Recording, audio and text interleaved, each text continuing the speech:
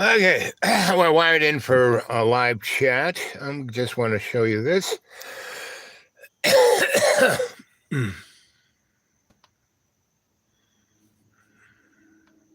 And if only they had been warned. And by the way, as we're watching this, decomposition melt by Donald Trump, notice that not a single prominent Republican is looking at this and saying, hey, let's get off this train. This is deeply wrong. Let's, go in a different direction or change my vote. They're completely locked in. I also agree with you that what's really rattling Donald Trump is that this has become a cultural phenomenon and not simply a political phenomenon. But I want to go back to what George was saying. Yes, it is sad, and we can make fun of it. It is alarming, but it's also profoundly dangerous what is going on, because you look at that insane tweet, and it's not just that he's going down this rabbit hole of fever swamp conspiracy theories. He's using this as a way of saying that the Democrats are cheating, that Kamala Harris should be disqualified. Look, put this in the larger context of what's happening. This is pre-election denialism by Donald Trump. It's no mystery. Donald Trump is never going to graciously concede defeat in this election. He is already laying the groundwork for what's going to happen after November. And I think this is going to be an extraordinarily dangerous period.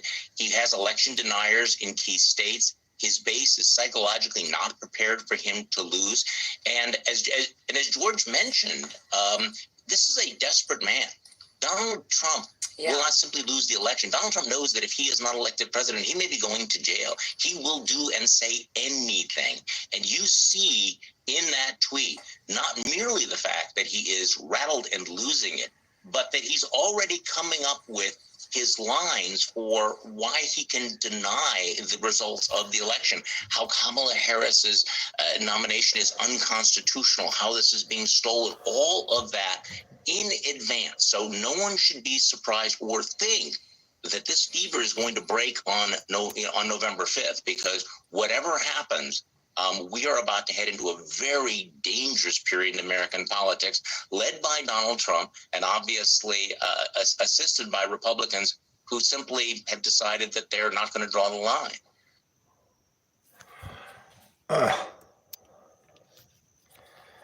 So I could play other stuff, but I won't.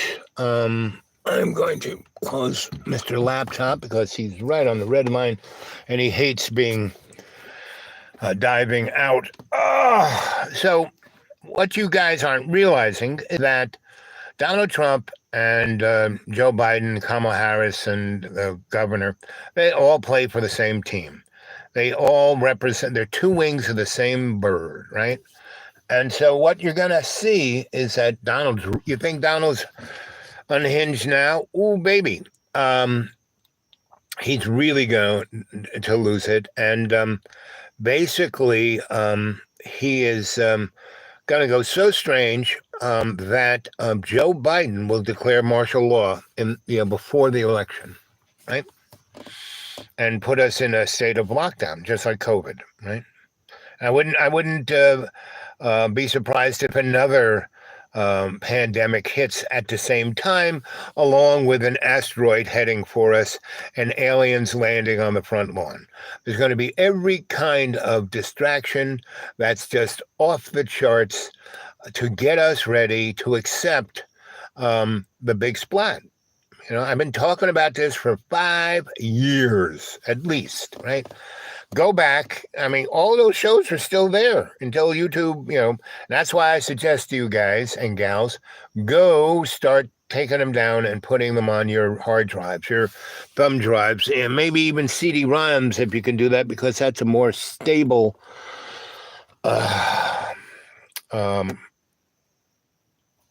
historical medium. Anyway, but it's today's show that I did earlier, just a few minutes ago, and I left because I was looking at stuff on the laptop, and I came across that. I wanted to play it and then put it on my YouTube so you could see it through my eyes. Your Sensie Owl Bob. Good morning, good evening, good afternoon, and don't believe what I say. Here we are. We've had this thing going on for 5 minutes now, and 5 seconds. I love it. So please get a hold of me at the dudewake42 at Gmail. Leave something in the old PayPal. I mean, no one has for the last year. And that's one reason why I did this, because I really don't have too much gas here. So who knows the next place I go to. It's, again, people look at my life and go, oh, but I'm living like a millionaire on $800, right? And really, after I have certain things I had to pay for every month, utilities, the phone, the this, the that, my medical bills. So I'm left with $400 discretionary funds, right? And that discretionary fund is like food. I do get $70 worth of food stamps, but with the price of things in the supermarket, just forget it. But all of those restraints have done a very good job of keeping your Sensie Owl Bob here healthy, right? I'm not really eating a lot, but I'm eating right kind of foods. I'm healthy, right? And other people are dying around me here, but I'm not. And I'm the guy who should be. I mean, I was dead. I'm the walking dead, But it's okay, because every night I go to sleep and I'm talking to God. And I said, okay, God, today was a great day. And today was a great day. And I'm ready to go right now if you want me to. But if you want me to wake up in the morning, I'm your boy. I'll do whatever you want me to do, and I'll do it. And because you have my back. I don't have a clue what's going on or what I'm supposed to be doing. I'm just doing what you tell me to do. So I do it. And if we all could, and it's not like God is talking to me, It's not like, I'm a prophet. No. And I'm not even like people, when people start to read the Bible and they start talking about it with others, like that's why I go to the Bible studies, because we talk about it. And they don't understand when they talk about somebody being a judge, because they don't understand what that was in the Hebrew. And what that was in the Hebrew was that the judge was it's like the big leagues in baseball and then the A leagues, right? Well, a judge was an A-league prophet, meaning hey, Susie Q, I got something to tell you. It wasn't like that. They would have like these insights, right? And they usually came to why they were called judges, because the prophets were too busy talking to God. So the other folk, the judges, would be around, and usually they would have a place to sit. Not in the temple, per se. They would have a nice place that God made, like a big oak tree in the county, right? And a nice little house for her to live in, him to live in, and a little farm back there. But they would come out mostly, about whatever the weather was like, but a little bit in the morning and more in the afternoon after the sun stopped being hot. And they would sit on the tree and people would ask them questions and they would give them the insights. And that's what I am, right? And I'm not even a judge. I'm just your sensei, and what is that in Japanese? Teacher, right? And I teach how through being a griot. What's that? A storyteller. So I'm far away from the judges that were in the Bible. And, there's a whole section in the Bible called the judges, and there's Deuteronomy and Numbers and Judges and a few others like that really do describe the motif of how things work. And what's truly interesting, that everything in the Bible is, meaning every letter and alphabet is can be sussed by dividing it by 7, right? And or dividing it into something else, it gives you 7, But 7 is the magic number, in 7 cups and 7 seals and 7, it's 7's the number.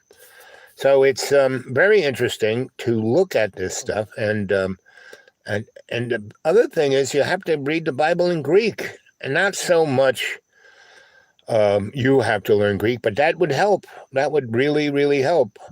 But if you read a Greek Bible, that's been translated in English, and you get a good translation. You get a whole different story than the King James, that's for sure, right? So that's where we're at. We're at it. Don't believe a word I say. Don't believe a word anybody says. Start talking to God yourself. That's prayer, right? And most people only pray, let me win the lottery. Oh, I'm sick. Help me with this sick. No. The whole thing about that is if you live in conscious intent to serve, that's a big word, serve God's love and Jesus's forgiveness, you don't have to worry about squat. Yes, it took me 50 years to get there, but, but I was always there, meaning I was always there, but I was so distracted by my being Mr. Fix-It and the dude and all the other nicknames I had, the doctor, whatever. It wasn't until, I became Sensie Owl Bob, and that was given to me. I mean, the other nicknames were given to me, but they were mostly distilled by what I was doing. And my Sensie Owl Bob nickname came from a teacher of mine, and I wasn't there yet. He goes, you're going to be, and I was 24. 24, no, 20, 21, 20, no, 21. I went back to see Grandpa the day I was 24. And he says, you're going, we went out, we took a ride. I learned how to ride by then. And I knew how to ride. It surprised me when he sent me to stay with his sons who had a big horse ranch. And for fun, they were going to make me ride the craziest horse there.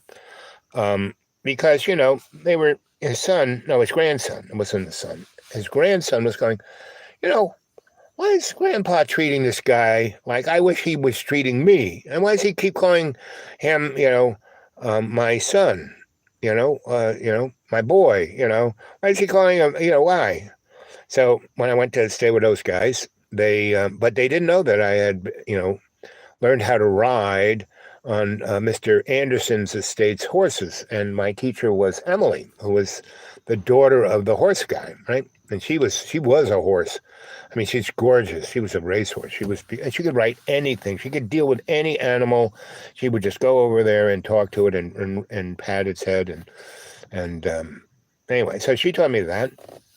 And so when I got there and I saw it was a horse thing, and there was this one crazy horse there, and his grandson was questioning me about why I'm there, what I'm doing in the tribe, I'm a spy, I'm a white devil, all of those great things. But his grandfather told him, hey, I want this kid to know how to ride. He's my son. We're going to go out riding. And he's never done that with me. And so when they said, okay, go clean out the stalls, not a problem. I've done that before. I'll clean them all out, brushed them up, washed them down, and then went and every horse that was in a stall, I not only did that, I kind of I cleared their water so they had fresh water, and I had a pocket full of carrot chunks and gave them a chunk and a little sugar cube, and I had a brush in my back pocket and I brushed them down. And the other thing I had was a hoof tool, right? So horses have these hooves that are basically a toenail. You know how you get stuff stuck under your toenail, how it hurts really bad? That's why they put, shoes on horses, metal shoes, right? And nail them to their nail, basically, because there's no nerves in the nail. The thing that hurts when you get a boo-boo in your is a tender skin underneath the nail, right? So, horses ride around, they walk on all kinds of stuff. They do have a shoe, but they get stuff stuck between the shoe and the edge of the cuticle and their fingernail, right? And you can tell because they start to like limping or not walking on that hoof 100%, or don't want to go fast, or there are hundreds of reasons why you can say, I should look at that shoe. And the first day I cleaned all the stalls out, right? And they were like in the barn I was cleaning up, there was 20 stalls and about 15 horses. So I cleaned, 5 stalls first and brought 5 horses in, and gave them had clean water for them, had hay for them, had feed for them, and I took one at a time in there, and I didn't even like put the bit. I just kind of they had the thing here, and just kind of took them in, and really they just, I had to carry it in my hand. They just kind of followed me, and I put them in there. I didn't close the door behind them, and I brushed them down.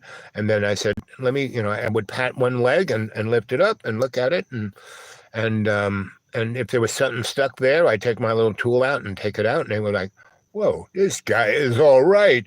He cleaned out. I didn't even have to just walk me into it. And then I cleaned two more and took two more in there, and two more and two more, and I did all that to them, and they were all really, really happy. So the next time I went in there, they were like, "Wow, we'll do whatever you say." And horses and cows are like big dogs, and so I would just lead them out of the store. I would clean 5 out, and I would just lead them straight in there. I wouldn't put a bridle or anything on them, right? Sometimes I might throw a rope around their legs because, I'm around their neck. And I found this one rope that was like really soft, right? Really, really, really, really soft.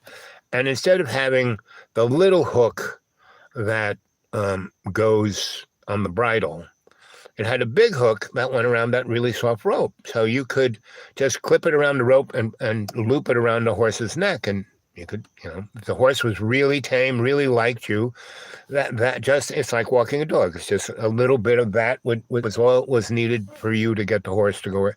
Once I was there about, cleaned their stalls out a couple of times and fed them carrots and sugar cubes. And I gave them water on really hot days. I got a bucket of ice. And I would put a little ice in the water and then put fresh water. And they were like, "Whoa, what is this? This is tremendous," right? So these were all tricks I learned from Emily.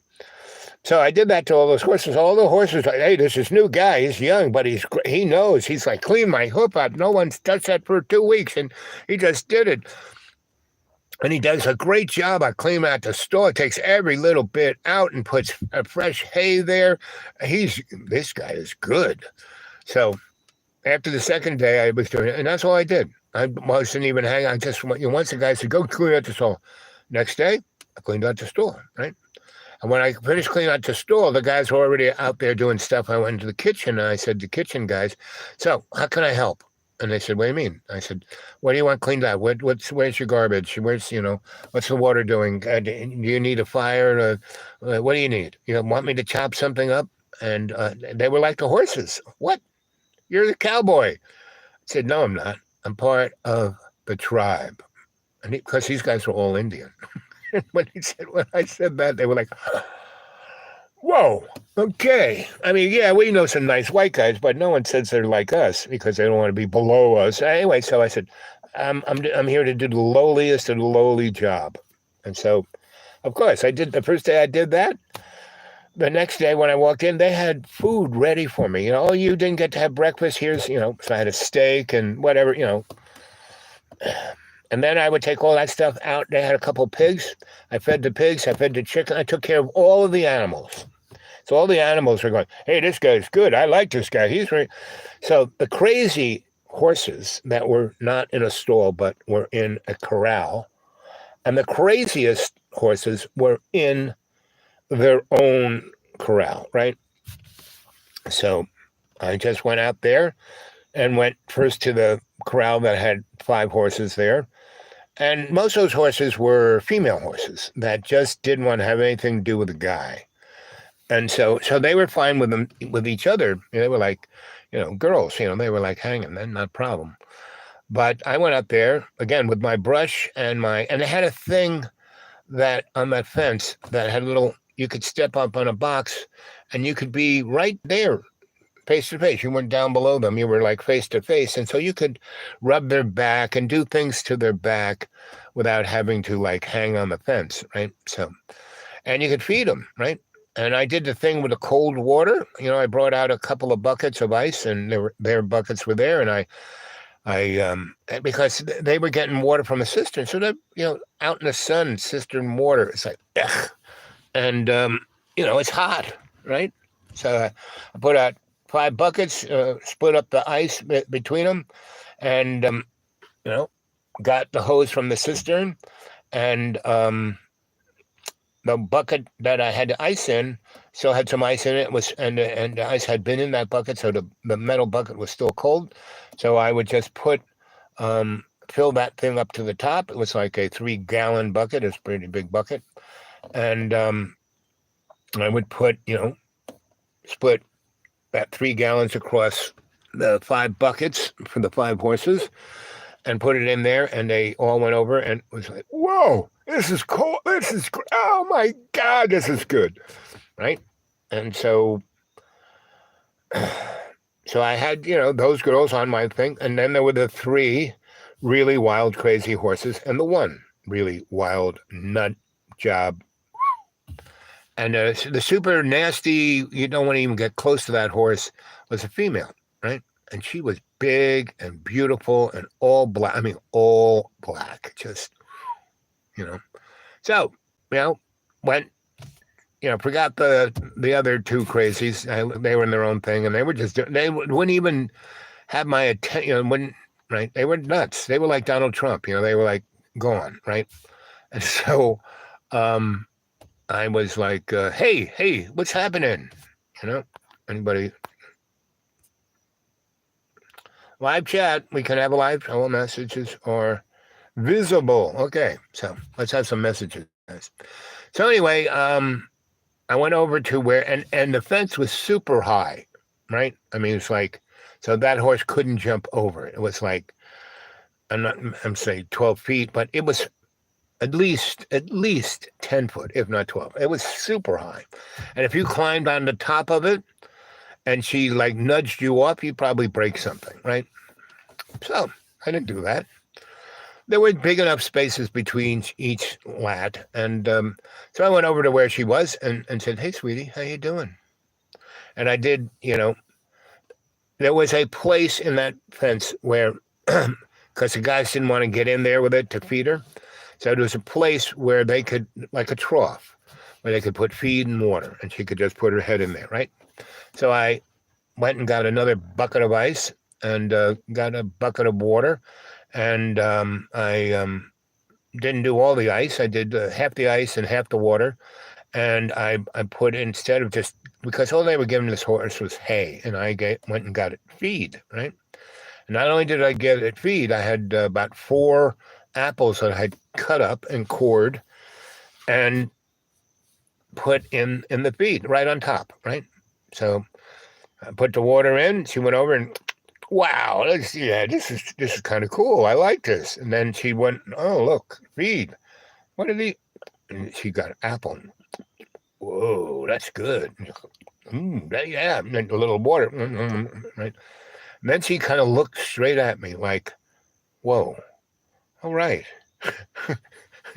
You're not one of those assholes. What do you want? And I said, I want to be your friend, right? I'm not going to get on your back. I'm not going to do anything you don't want me to do. So I'm just going to come out here and give you cold water every day. And I'm going to, bring you carrots and apples and sugar cubes. And I'm going to have a brush, right? I have this brush. See this brush? Here, you want me to brush your back? I'll brush your back. I will. Yes, I will. And so she kind of came over and went right, sideways to the fence, and the slat is like maybe 8 inches, not, she could like get her nose and bite you if she wanted to. I mean, she couldn't get her head in there, but she could get her nose and bite you. And I put my hand in there, trusting her, and I just kind of started brushing her back. And she was like, yeah. So I stayed there doing that. And then I kind of walked.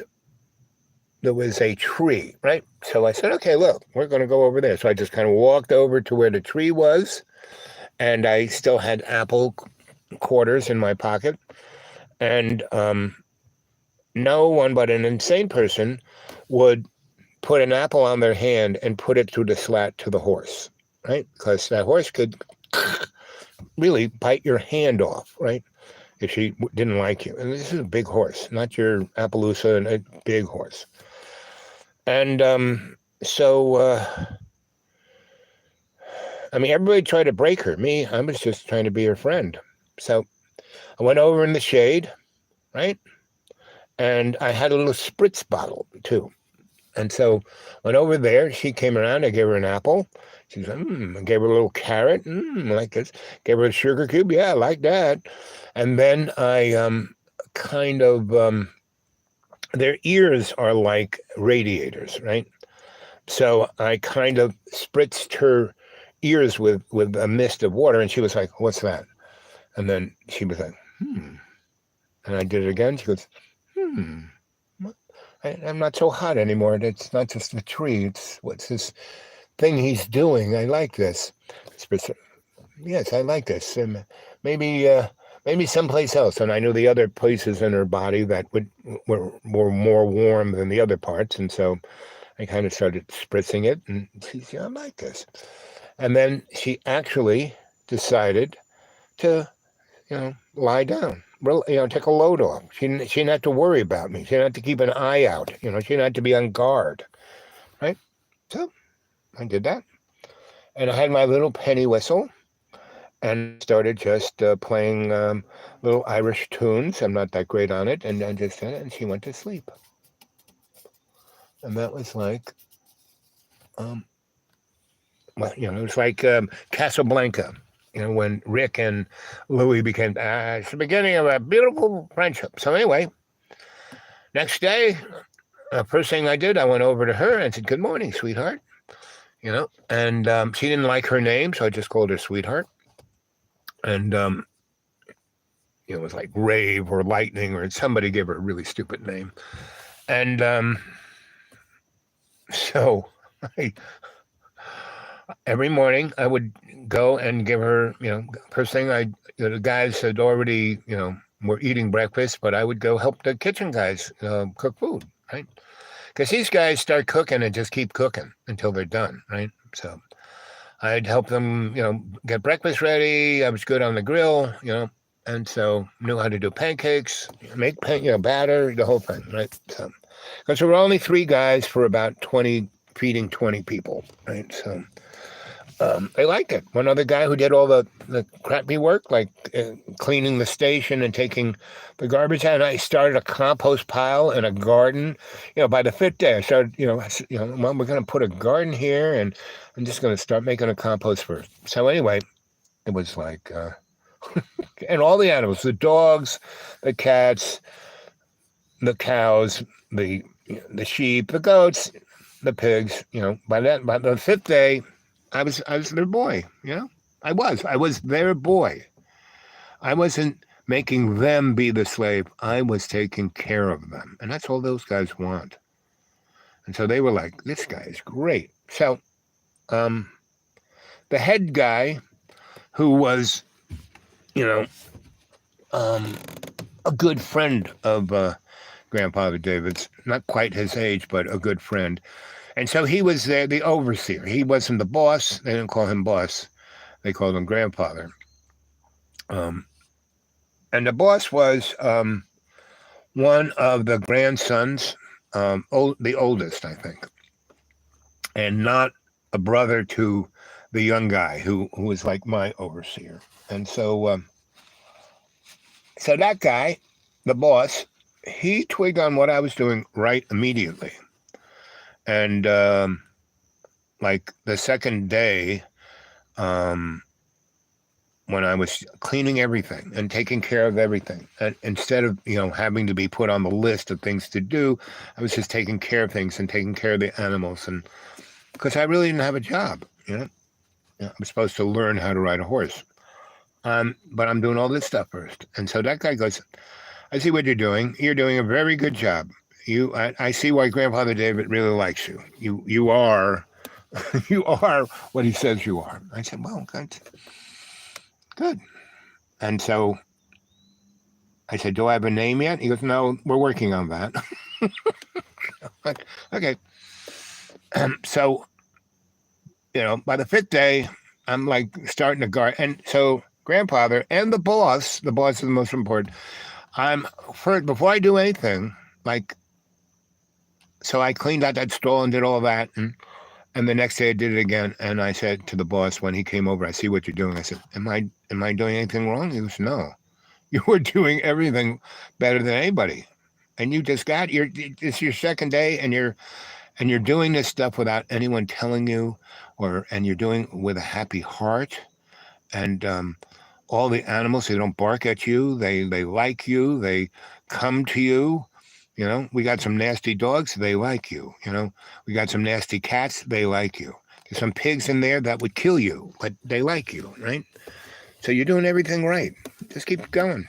I'm not, just you want to talk about stuff other than this, we can too. At night we can sit out under the stars and smoke, right? So good. Oh, yep. How about tonight? Sure. We'll tell stories. So you tell stories. I'm a listener. And he goes, yep, you're doing everything right.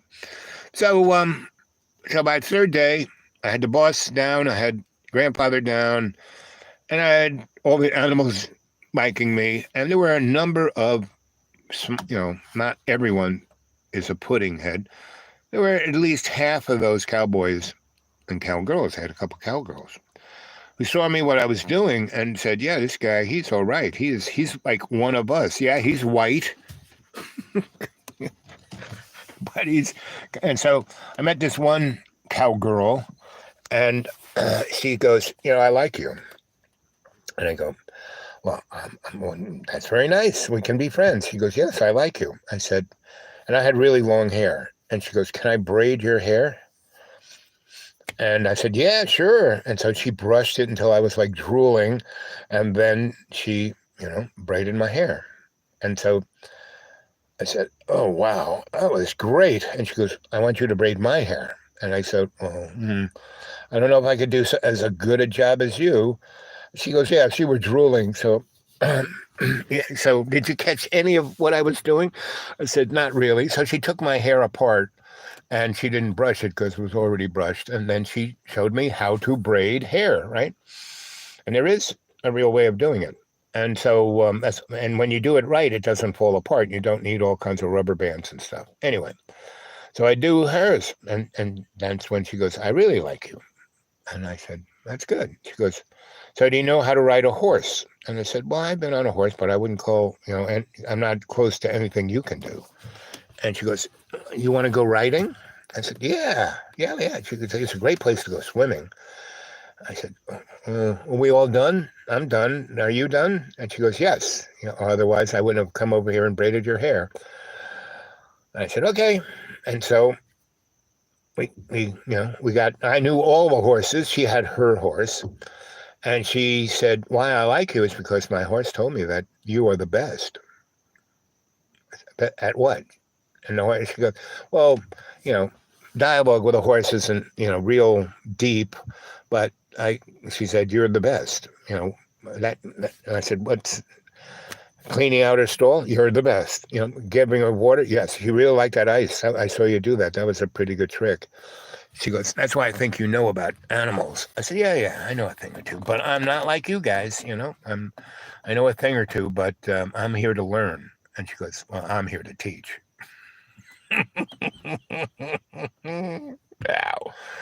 So, and that was good because there were 3 cowgirls, 10 cowboys, and she was the one cowgirl who no one messed with. No one tried to, chat her up or anything. They just kind of left her alone. And the girls had their own little little house, and she had her own. She was older than the other 2, and the other 2, they weren't teenagers, but they were kind of my age. This lady, well, not a girl. She was definitely. Anyway, so, she kind of looked at the horses, and there's one that wanted me to be the first, because I hadn't ridden a horse yet. And so, she picks this one horse, we put the saddle on and I get on. And she goes, oh, you've been on a horse before. I said, yep. So, and what I did was there are boxes everywhere, like milk boxes, wooden boxes. And what I did was, I didn't try to, do something stupid to get on a horse. I put the box right, the horse stood right there. I put the box there, put my foot in the stirrup, got on. Listen, because I don't ride horses every day. You ride horses every day. You can get on a horse pretty easily. That's the first time I've been on a horse since I was like 11, and I was 21. So 24, 21, somewhere around there. Anyway, so it had been a while, right? I knew how to take care of animals, but to ride a horse, no. I mean, once I got on, and I had a big saddle with the stirrup and the whole thing, and the horn and everything. So it was like it's pretty hard not to, So I kind of, because I knew the horses' names because they had names on the stalls, and and their tack had names on them too. So if you forgot, you could just look on the tack and see. Anyway, so me and her take off. We not real fast, but a nice trot, and go out, right? Go out into the fields, and we don't really go fast because there are chuck holes there, and so we can go along. But once you get out of a field where animals are digging holes and doing stuff, and you go out into, between the mountains, where everybody is, there are places where the horses, because they let the horses out there, because it is fenced in, but by miles. But so when they first get a bunch of horses, they kind of let them out there, right? And then they let them run around and do all kinds of, get their rocks off and kind of go, okay, I'm not going to die. I'm not going to be turned into glue. Okay. And that's when they'll come and get them and bring them in and, put them in a stall and start training to do whatever job they're going to be trained to do. So we take a nice ride out there, and other horses are way over there, and we're trying. And so we're heading up towards the hills, and we start to get up to the rocky points, and these horses are taking it like better than I could, right? And they're going up, and because they do it all the time, so they're used to it. And we get to the place where there's the waterfall and the little pond lake. I mean, it's a pretty big pond, and we just let. I said, do we tie them up? What do we do? She goes, no, they'll just stay here. They like this because the waterfall coming down was just like the spray I had, right? Now, the crazy horse, the all black one, hasn't been up here, so she don't know this, but these horses have, right? So when they saw me doing it to the crazy horse, they were like, hey, do that to me. So they were like over by the waterfall getting spritzed and drinking the really cold water that, oh boy, this is good stuff. And there was nice greenery over there that they could eat, right? So they were happy just to stay there. And so she just took off her clothes and jumped in. And I said, oh, okay. I took off my clothes and jumped in. And we just splish-splashed, and we were like two otters, right? And we just had the most fun. And we just floated and talked, and we didn't do anything, right? And I I had been trained in my physiology, all that kind of stuff. And so there's this thing that I used to do in physical therapy in the pool. I would have people float, and I would, do a number of Qigong points on their body with their cranial sacral. That would totally snap them into relaxed, homeostasis, right? And real aware, but really relaxed. And anyway, so I said, here, float. And so she's floating in my arms, right? And I'm doing this, and she goes, whoa, what are you doing to me? And I said, instead of being stupid, like trying to make a move, I am communicating with you intimately. And we're going to be friends. This is the way you respectfully, when you're both naked, have interactions. He was like, yeah, the horse was right. You are the one. So I was lucky enough to spend 4 months in that thing, right? So a week goes by, and everyone has like, he's all right. He's the dude, the guys working in the kitchen love me. All the animals love me. The most important two people, Grandpa and the boss, love me. And half of the cowboys think I'm more than all right. They would go out on the range with me, no problem, right? And I'm riding now, right? After that day that Princess and I rode, and it was great because we would just get on, after we finished whatever we were doing for the ranch, and it was still like 4 o'clock or 5 o'clock, we'd pick something up at the kitchen, put in our bags, and take off, right? And we would be back by, when we had to start working by sunrise. I mean, but we wouldn't come back and go to sleep. We would have a bedroll and sleep out there and have a fire and have a fun time. And bottom line is, so we never, the work day was the work day. We never had to go see each other. And she goes, I've had boyfriends, and they always have to know what I'm doing, where I'm at. And this is before cell phones, and it's so annoying. I love you. We I come and get you. We go over to the kitchen. You fix something up nice for dinner and a snack. We pack our bags. We put something good to drink into it, and something to smoke. And we ride out with our sleeping bags, and we look at the stars. And this is what I was meant to. This is it. You are the one. My horse was right.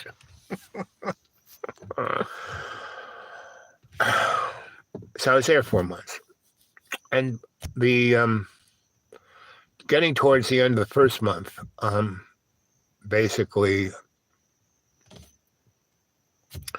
the guy who gave me a hard time when I first got there, the grandson, well, he had his little clique of buddies, about 5. And so he was like the bully, and you see my eyes a little teary. I'm kind of crying over these moments, because they were some of the best times of my life, and I could have stayed there, and I could have been that, right? But anyway, the rest of the story, let's see, how much, look at that, it was 43 minutes and 34 seconds, how about that? How much battery do I have left?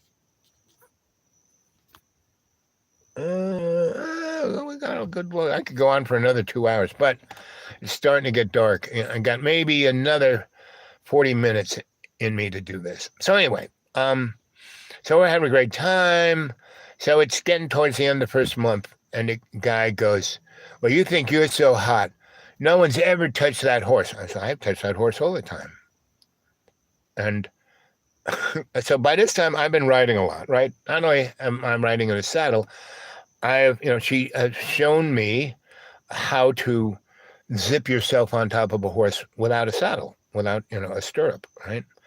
And so, when we were up there by the waterfall, the horses were there. We would take their tack off. And we wouldn't tie them up. We'd let them. They wouldn't go nowhere, And there were, like in the afternoons, the sun's not down, and the sun is beautiful, and the light is beautiful, and we've already, been sweet, and we're playing around. And she goes, I'm going to teach. So she would teach me stuff. Every time we go there, I would learn something. She was teaching me, right? She would teach me a lot of things.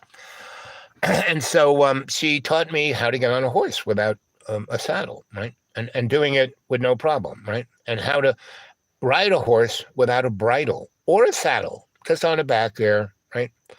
Because the things you can do with a horse, that the horse wants you to be close to it. If it can feel all of you, then it's like at one with you, right? When you're sitting on this big leather thing, it can't feel anything. The only thing it feels is your boots kicking it in the gut. It didn't like that, but it feels you on the horse, right? And one of the best things about getting on a horse is if you do it barefoot. I know that sounds strange, but you're not a native, you're not a First Peoples people. I'm not either, but I am an African American that's melanin challenged. Anyway, so she showed me how to do all of the above, right? So getting towards the last week of that, and the guy is starting to, because I was never around. I was doing all the work when he was out doing his thing, and I was taking care of everything, and everyone would tell him, oh, you know what he did? He just did, he's done, we don't even have to ask him. He just does these things. It's great. Look, he's starting a garden, and look at all the animals. They're like, and so the guy was getting a little peeved at this, because I wasn't saying anything. I wasn't blowing my own horn. If I made any comment of anything, it was a question about, tell me more. How are you doing? What's about your life? So he basically tries to pick a fight. I ignore him. You're a chicken. You're a chicken. I said, first of all, I'm not going to fight you. You're my brother. You're grandfather's grandson. That would be a total disrespect of grandfather and boss. I'm not going to touch you. I'm not going to hurt you. I'm not even going to say mean things to you. Well, you're chicken. You're chicken. I said, really? Okay. I will take a challenge. So what horse, and I knew he was going to do this, and I knew he was going to do this like 2 weeks before he did it because, I was conscious intent about everything I was doing. And, I was, prepared for this moment, right? So I said, so what wouldn't you do? You're brave. You're a brave. So what wouldn't you do? What common sense? Well, it's not that I'm scared, but you'd have to be insane to do this. He goes, ride that horse. I said, oh, okay, not a problem. And so I don't open the gate because it's a gigantic gate because the fence is way up there. What I do is I kind of squeeze between this part of the fence and the building, which the horse can't get through, but I can. So I kind of and when people weren't looking, I would get inside there with Sweetie. That's what's the name I gave it. Sweetie, hey Sweetie, Sweetie, I love you. Here's a carrot. So that's how I would talk to this killer horse because this horse its hindquarters was above my head. That is a big frigging horse, right? So I squeezed through there, went over to Sweetie, and she kind of, I whistled because I used to play my penny whistle, so I could hit I don't have teeth anymore, but I could hit a penny whistle note with my mouth, and she just kind of looked. She knew what that was, and there it was. So she just kind of clapped, and she was like, because I had been in her corral many times, and usually with a carrot, and I don't have a carrot, but I have a pocket full of sugar cubes, and that's what she liked best. And so I basically said, "Okay, Sweetie," and I'd already tried this a few times with her, right? And so I said, "Heel," like a dog, heel. And she just kind of squatted down by about 2 feet. So instead of her hindquarter being like 8 inches above my head, it was now middle of my chest. And I got about 10 feet away from her, and I kicked off my boots, and I ran over to her, and I just kind of swung over like if you were to, go over a fence, and bing, no bridle, no nothing. And I went over, right, to where we rode around inside there a little bit, but I kicked open, there's a lock on the gate, right, that you can just, if you hit it right way, it'll go bing, and the door is a metal door, and it's kind of angled, so the door just slowly moves open. So, and so me and Sweetie, we just kind of clip-clopped out of there, and once we kind of got towards where the range was, we took off. And I mean, we friggin' took off, right? And and I'm not even looking back. And I'm on this horse's back, and I'm not, I'm just kind of got my arms around her neck, and I got my head right up to her ear. Doing great, Sweetie. This is fun. Isn't this fun? Go faster. And she hadn't been going. She's a horse built to go fast, and she is just in her element, and she is flying. And we almost get to the other end of the ravine, and she slows down, and she kind of looks around like, wow, this is cool. We can't even see those morons. And then she turns her head, and I turn my head, and there is my princess riding up towards me, right? And, you know, and she is also bareback, and she's on another horse, a white horse, a male, right? And so Sweetie looks at the male and kind of goes, I said, no. You'll like this guy. He's nice. He really is. He's a gentleman. And, Queen, she's always treating you right. She's the only, before me, she's the only one who ever gave you a sugar cube, right? Only one who kind of talked to you, right? She was scared. Everyone else was petrified of you. She's the only one who respected you, right? So it's all good. So she was bareback on that horse, and so we went up the other side of the ravine. So Sweetie wouldn't have to. It was a longer way to get up to the waterfall, but it was easier for the horse. You didn't have to go up these rocks, right? So we clipped up over there, and we went to our little. We got off, we slid down, and we had built a lean-to where we and the horses had to, because in New Mexico, you can get some really blow-up storms. And so it was against the side of the hill, and we built a lean-to up there. And we kept a lot of stuff up there, food and whatever, right? So we could go up there and not have to have a pack. We could go up there anytime. We'd have everything we needed. Anyway, so we went up there, and the horses would, once in a while, come in the water, right? And so we had the kind of things where you throw the rope around the neck. And Sweetie, I had done that with her a number of times. I never put a bridle in her mouth because she didn't like it. But I would put this around here. And I said, someday we're going to have to do the thing and the thing, and, but not today. Right? So anyway, we're up there, and,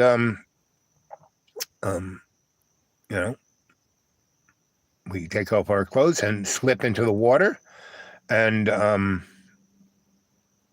black and white horse are just standing there looking at us going, And Sweetie goes, And so the spritzy thing of the waterfall, she kind of goes, oh, this is where this guy got that. Oh. So if he likes going that water and I like that spritzy thing, I might like this. And so there was, it wasn't like a drop off. It was like a beach, you could just, right? So the horse goes, clip, clip, clip, clip, and gets in. And it's like standing in the water, gets clip, clip, clip, stands in the water a little more. And then, and then she goes for it. She kind of steps into where she can't stand on, and she's like swimming around. And she's going, this is pretty cool. I like this. And she's like swimming around, going, like, I like this. This is fun. And the white horse said, no, I'm not going to be outdone. And so he kind of went and got in, and he had never done that before. And so he, it's going, yeah, this is kind of cool. And I can swim. I never knew I could swim. Well, horses are so big by volume. They're like a boat. They're going to float anyway. If you can float in water, boy, horses and cows. And anyway, so we did that. And anyway, and we spent the night out. And then people showed up, right? And we had a nice fire. And the horse was just standing there. Grandfather, the boss, and a few other girls and about 4 other cowboys came up, and the excuse they used, because they never came up before, the excuse they used was that we were concerned that you didn't come back. We thought you might have died. And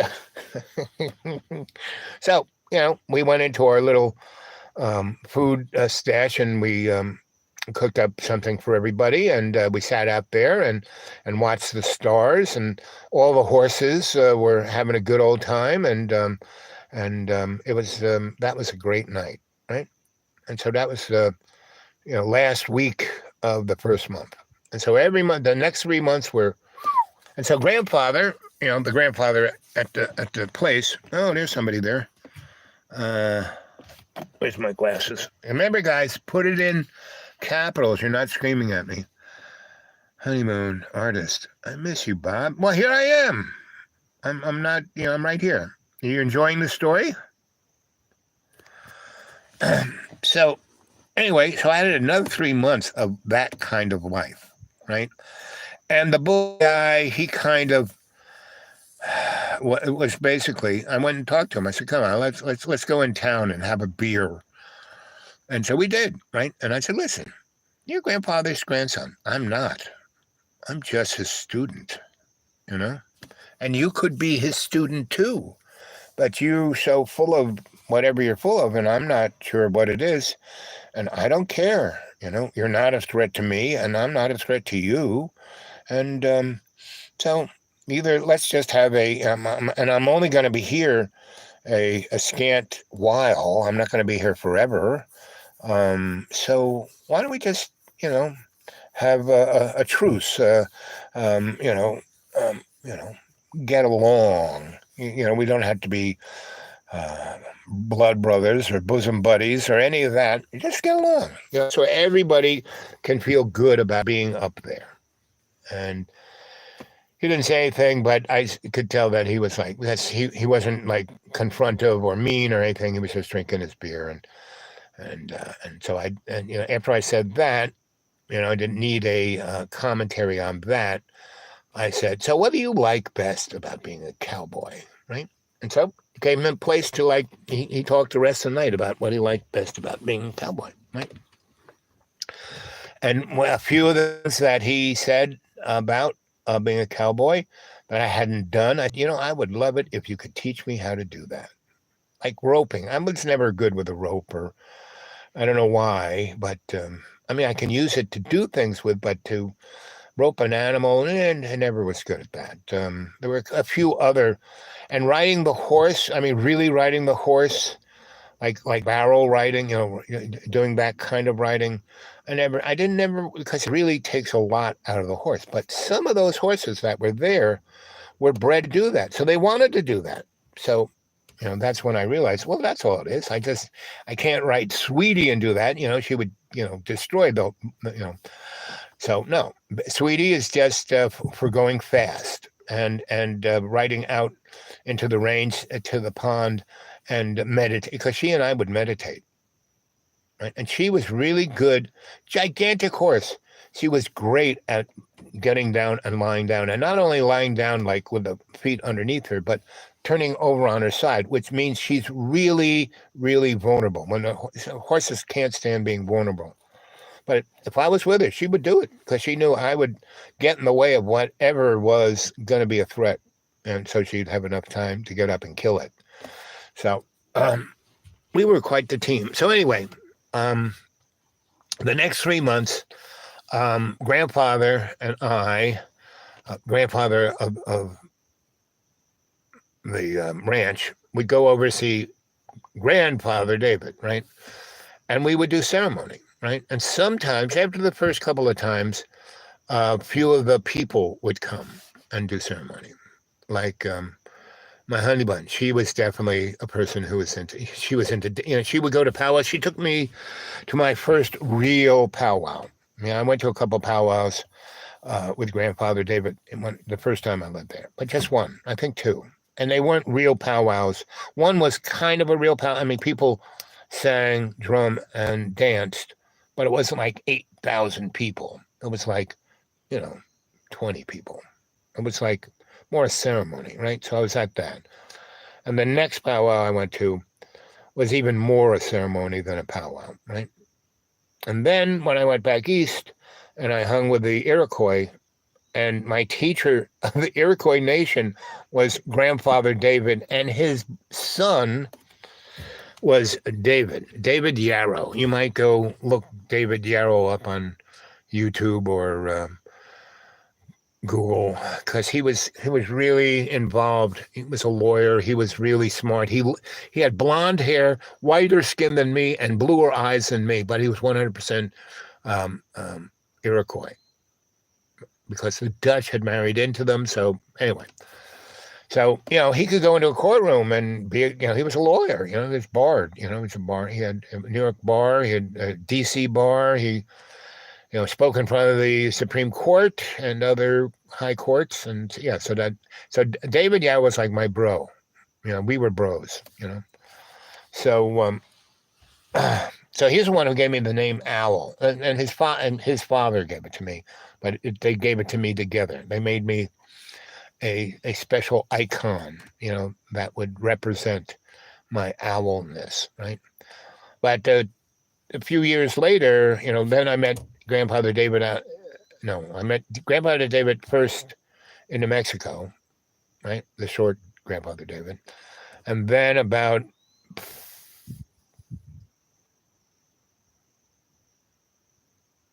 I guess 11 years later, I met Grandfather David Yarrow. And then, but the second time I went to see short grandfather, David, he was the keeper of the Hopi prophecy. That's what that grandfather was, the one in New Mexico. Anyway, so we would go and do ceremony. And so the first time I was living with Grandfather David, when I was working at the mine, and I lived with him for about 6 months, maybe 5, so 4 the least, 5.5 the most. But anyway, he would, he trained me. He put me through the shaman's training, the Hopi shaman's training, and that usually takes like 50 years, right? And he did the short version, right? He virtually at least every week we did 3 or 4 severe kind of ceremonies. Like I guess the most we did a heart song, right? Ceremony, which is your heart, the most important organ in your body, right? So what it is they take you someplace where the elders are already, right? And they have everything set up, and you just show up. And you show up with the person who's your sponsor, like in a 12 program. Anyway, so Grandfather was he was my master, basically, my teacher, however you want to put it. He brought me. And I know all the older guys because they would always come to Grandpa's house on Fridays and play cards, right? And I would be there as the waiter, and other, do whatever they told me to go do, right? And they would tell me, oh, go out there and pick some sage, or oh, go do this, or go do that, and and again, that was almost ceremonially, right? And so everything they did to me wasn't like something you would experience in the Skull and Bones. No, this was real stuff. The other stuff is like Hollywood. And so a heart song is what happens is you go way out into the desert, right? And usually right at where the desert hits the mountain. And that's the most powerful place because that's where the weather that's always coming from the west going east comes across the valley and smashes into it. And so this doing that, it can make all kinds of weather very quickly. That it's only going to happen there. It's not like a front coming in from the Pacific or something, right? So it's, what it's like? It's like the lake effect snow, right? So anyway, so we get there and we get out of David's car and we go in this tent and they got the table out and they're playing cards and they got the meal all set. And I'm thinking, we had to drive an hour and a half out here and it looks like there's going to be a thunderstorm coming. It's like coming, as we drove into this valley, I could see the thunderstorm coming straight at us. But it was still like the other side of the valley. So we get there, we're in there, and we're talking around, and they're laughing, they're telling jokes, blah blah blah, and then a lightning clap happens like right outside the tent, like I mean, like okay, and so everyone's temperament changes, right? And Grandpa said, okay, come on, let's go outside. And so it's spritzing, but the lightning crashing and smashing and a torrential rain is like right there, not quite on us yet, but it's right there, right? And so um, he goes, okay, and there's a big fire, big, their teepee. There's a little fire inside the teepee, but there's a big fire outside the teepee, right? And it's kind of lighting up that whole side of the mountain, right? And another lightning bolt that's like right next to me. And he goes, okay, I want you to climb up. There's a path. And I go, what? He goes, yeah, there's a path that goes halfway up the mountain, and there's a cave. It's not really a cave. It's kind of an indenture. But you can get up there, and there's a pad that goes into that indenture, and it's about 20 feet by 20 feet. And if you put your back against the indenture, the mountain is like covers you by about 5 feet. So it's like a little porch, right? It's like a little porch, right? And I want you to climb up there, and I want you, once you get up there, there's a tarp, and there's a buffalo skin, and under the tarp and the buffalo skin, there's a military grade rucksack, a sack that you can put stuff in. It's made out of rubbery kind of stuff. You close up the end, and you could throw that in a lake, and stuff would still be dry. He goes, there's a little food in there, and there's a little something you should drink, and there's another bottle of water, and there's a lemon, and there's firewood, and there's the magic box, right? So the first time he taught me how to make a fire, right? And so, we make the fire, we build the fire with the kindling and this and the stuff on the outside and the stuff on the inside and all of that, right? And there's stuff on the inside at the very base where you can put a flame to that will catch, right? Just like that, right? And so the first time we ever did that, he shows me how to make the little tripod-y, pyramid-y kind of thing with all the different woods and the barks and the this and the that. And then there's a little holler, at the bottom there, and he takes out his toolbox, right? In ceremonies, all magic men have their toolbox, right? All those shamans have their toolbox, right? So pulls it out. It's a wooden box. It's got metal edging, copper metal edging, very pretty.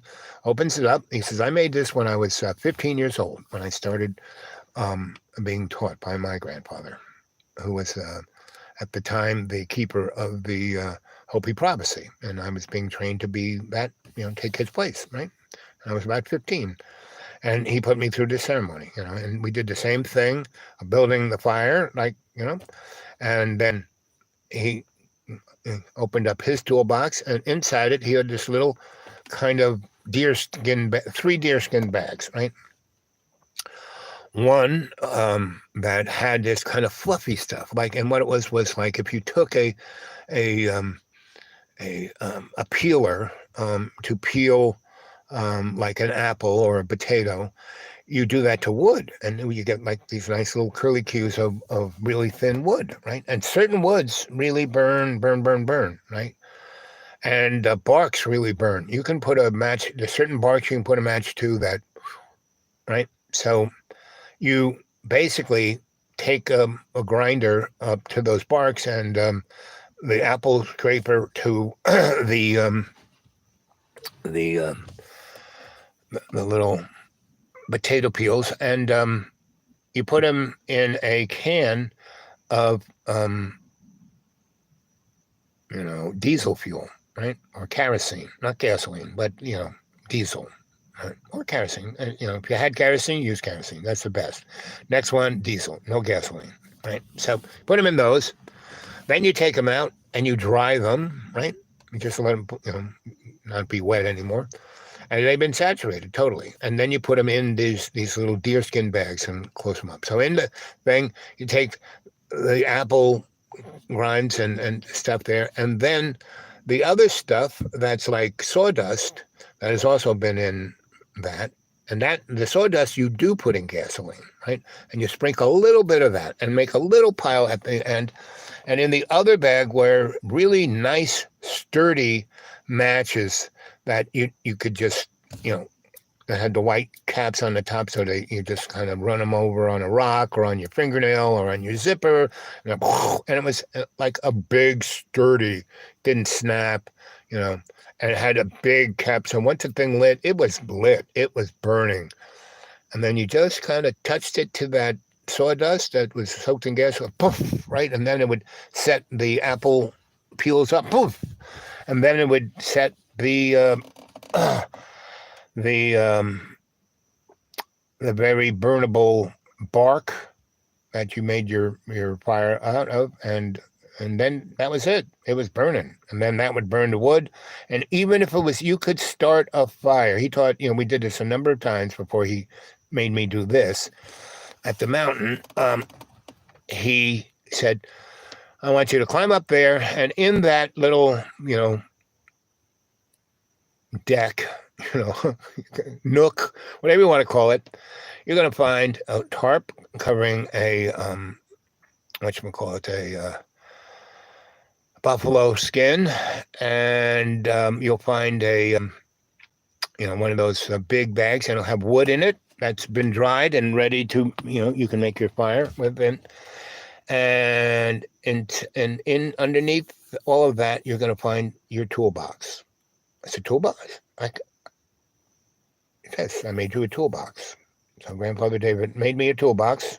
That was very similar to his, but more up to date. And so, so he, said, so go up there and make a fire and put your back against the wall so you don't get drenched, but you're going to get wet, but the fire won't burn out. Just keep feeding the fire. And you're going to stay up there until the sunrise. And I'm going to be down here in the rain with a drum. And I'm just going to be doing the heart drum. And I want you to meditate until you can feel that drum in your heart, right? So, okay. By this time, I've been through so much stuff with Grandfather David that it's not a big deal. He tells me to go do something, I go do it. I don't question it. I don't think about it. I just go do it to my best ability with conscious intent. He's the guy who taught me all of that, right? Conscious intent and all of that. Now, I did have, before him, I did have my sensei in Vermont, right? My Shinto sensei, who taught me all my Eastern medicine and how to really meditate and how to, do all the kind of mystic things that he taught me. Anyway, in a Shinto-y kind of way, So anyway, so I go, no problem. I don't say no problem. I said, yeah, and what I would always say, not no problem, that because that's disrespectful, I would say, thank you, Grandfather. I will do my best in your honor. And so, I'm not a mountain climber. I don't like heights.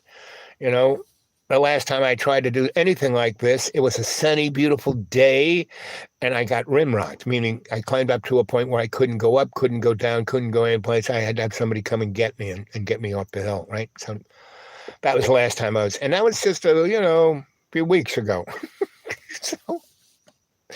So this is worse. It's like, instead of like something like this, it's like something like that, right? But he says, there's a path. You'll be able to get there. Everyone gets up. It's a path, right? And it's now, by the time I go to put my hand on the person, I said, I guess I can see these handhold things. I can see where I can put my feet. And I'm wearing pretty, he said, put on your good work boots. If you're going to climb something, if you're going to climb a tower, what would you wear, right? So I put those shoes on. So I wasn't doing this barefoot. I probably should have been, because the frigging things kept slipping. My toes, I could have grabbed, Anyway, actually, when I came down barefoot, because coming down was more screwier than going up.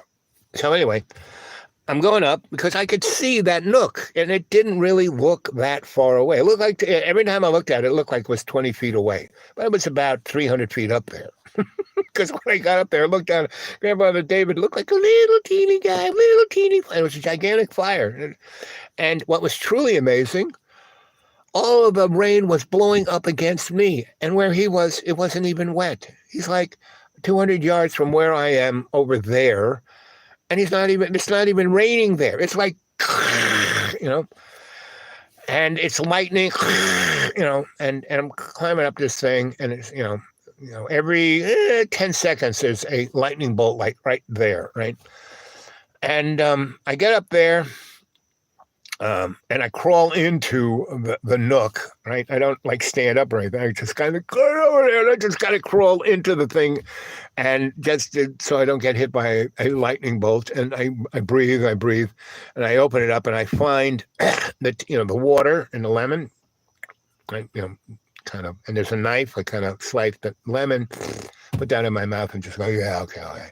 And I kind of pull the tarp over me and just lie on top of the buffalo skin. And I just I said, well, I'm not going to fall asleep. I'm going to do what I came here to do, right? But I needed that. I needed a little breather, needed to get calm, I'm not dead. Okay. And what happened was, as soon as I calmed down by doing that, the rain kind of wasn't like coming straight at me like a fire hose. It was now coming straight down, and that lip that was over me was more than enough to keep the rain from hitting me, right? It was still kind of blowing on me and moist, but it wasn't like what was when I was like a fire hose when I was going up that mountainside, right? So, okay, good. And I can see exactly, there's a like indenture where, 1,000 years of people doing this have made a fire there.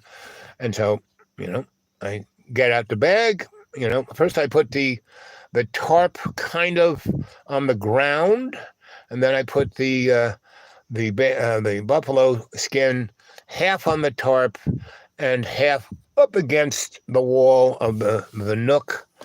And I kind of, fold the tarp over again, and I sit on that, right? And so that part is kind of getting wet, but the rest of everything is not, right? And I have brought the bag out, and I put it under the fold, so it's not even getting wet at all. And I pull out, underneath the stuff was a big pile of wood. So I pulled out enough wood that I needed to start the fire. And I kind of built it like I was taught, and open up my medicine, my toolbox, and there's everything I need. And I put it in there, and so and instead of the big matches, he has a one of those long stick lighters, right? It's impossible not to light. It's just a big flame coming out of it. I didn't have to strike it or do it on my zipper or my thumb. Just pull the trigger, boom, big long flame.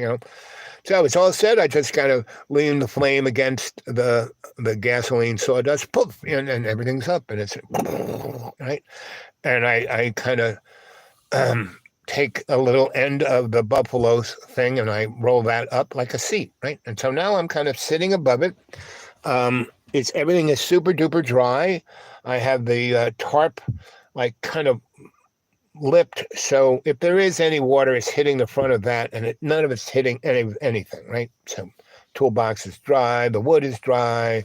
I took the bottle of water and the lemon out, and the other bottle of something very similar to the old Corona 3Ts. And so anyway, so I go, okay, so I'm not going to drink that off the bat. I'm going to do this in the clear-headed way I can do, right?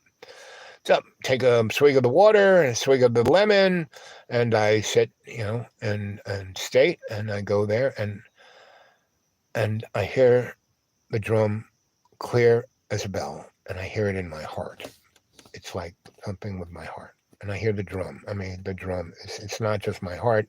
It wasn't just because I walked up the side of a mountain. It's not because I, withstood being in the middle of a thunderstorm. No. I mean, all of my homeostasis was in balance, and I could hear Grandfather David playing, right?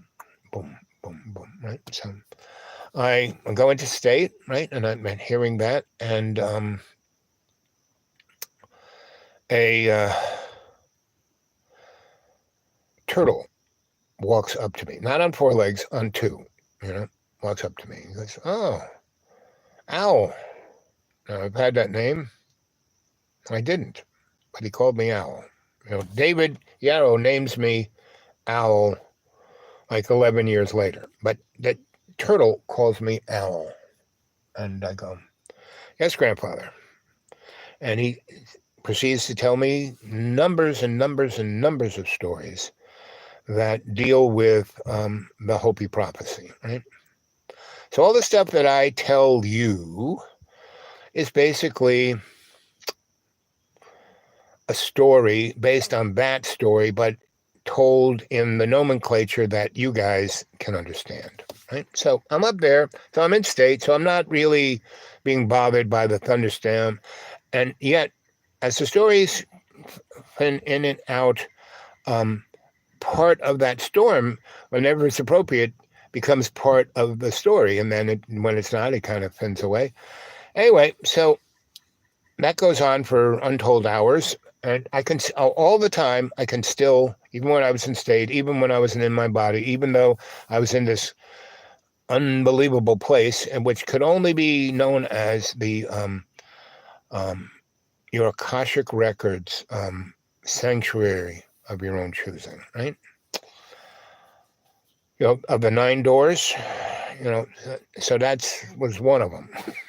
The place I was in with Grandfather Turtle.